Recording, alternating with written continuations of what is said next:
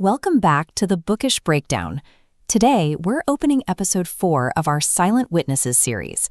We are conducting a forensic audit of the journalists who were erased while attempting to verify the facts of the JFK assassination. On November 24, 1963, Lee Harvey Oswald was shot and killed on live television by a local nightclub owner named Jack Ruby. Oswald's death created an immediate information vacuum. The pressure shifted entirely to the Fourth Estate to investigate Jack Ruby's history and provide the public with the answers the legal system could no longer deliver. But as reporters began pulling at the threads of Ruby's past, they encountered a lethal wall of resistance. The following forensic analysis details a coordinated campaign to bury the secrets Jack Ruby was willing to kill for. On the same day Ruby silenced Oswald, reporters Jim Cauthey and Bill Hunter gained unauthorized entry into Ruby's Dallas apartment. They were there to inventory the private life of the man who had just changed history.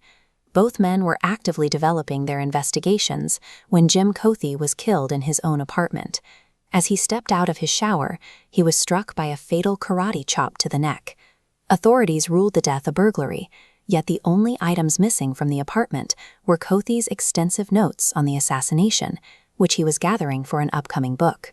Shortly after, Bill Hunter was shot through the heart while sitting inside a California police station. The official report claimed an officer accidentally fired his .38 caliber service weapon while playing quick draw near Hunter. The overlap between these two deaths, one a professional strike, the other occurring inside a police station, indicates that the investigation into Ruby's apartment had reached a lethal threshold. The suppression effort extended to Chicago. Irv Kupcinet, a columnist with deep mob ties and a personal acquaintance of Jack Ruby, had begun making phone calls to his associates to ask pointed questions about Ruby's motivations. At the height of his inquiry, his daughter, Hollywood actress Karyn Kupcinet, was found dead with a broken neck in her apartment.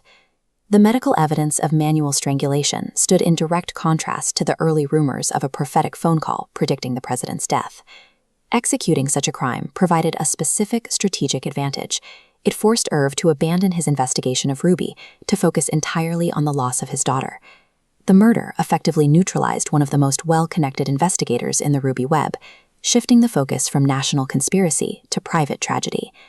The most significant witness in the press was Dorothy Kilgallen. She remains the only reporter to have interviewed Jack Ruby privately in his jail cell.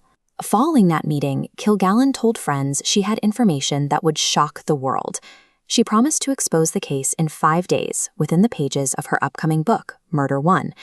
On November 8, 1965, Kilgallen was found dead. The official cause was an accidental overdose of alcohol and barbiturates. Barbiturates are a class of sedative drugs commonly prescribed for sleep or anxiety that become lethal when combined with alcohol. However, the scene was poorly staged.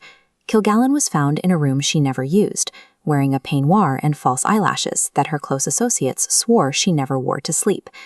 This diagram shows the body's location in a guest bedroom. She was propped up with a finished book, missing her reading glasses. The lividity marks, blood pooling after death, on her neck and face prove she was moved into this position long after she died. Every scrap of her JFK notes vanished from the townhouse.